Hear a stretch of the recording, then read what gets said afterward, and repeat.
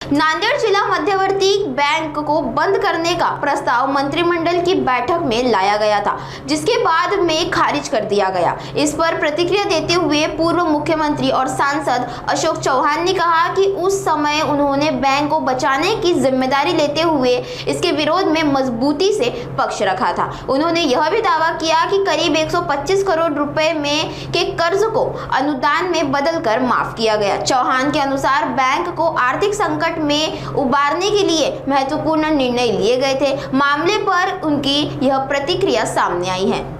आनंदाची गोष्ट, मागे जे आमचं पॅनल होतं त्या पॅनलला बहुमताने लोकांनी निवडून दिलं आणि मग ज्यांना आम्ही चेअरमन केलं, खदगावकर असतील किंवा वसंतराव असतील, आमच्या पॅनलचेच होते सहकार्य। आम्ही पूर्ण ताकदीने बँक उभी केली आणि त्याच्यामुळे आज बँक NPA कमी झाला, बँक नफ्यामध्ये आली, नेटवर्थ वाढलं, बँकेचे रिझल्ट सांगतात। विषय असं श्रेयवाचा विषय नाही आहे, नाही श्रेय दोघांचं नाही, असं ऐकून घ्या।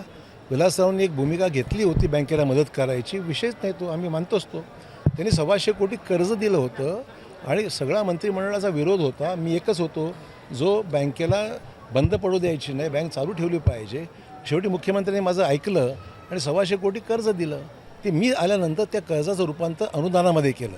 हा फरक आहे, म्हणजे अनुदान म्हणजे आता कर्ज बँकेला भरत बसावं लागलं असतं, ते आम्ही रूपांतर अनुदानामध्ये केलं।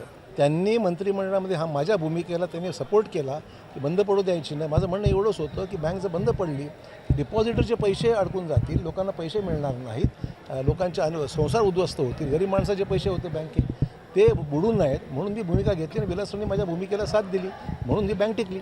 मी सांगितलं ना, मराठवाड्यामध्ये नवीन गुंतवणूक यावी म्हणून जे GST मध्ये हे असतं परतावा असतो, तो 100% परतावा काही जिल्ह्याला मिळू शकतो, काही ठिकाणी 50% मिळू शकतो। जे धोरण पहिल्याचं होतं धोरण सुरू करावं आणि सहकारी क्षेत्रामध्ये होणारी गुंतवणूक याला त्यातून जर आपण मदत केली तर मराठवाड्यामध्ये गुंतवणूक अधिक येऊ शकते, ही माझी भूमिका, म्हणून त्याचा उल्लेख माझ्या भाषणात मगाशी मी केला।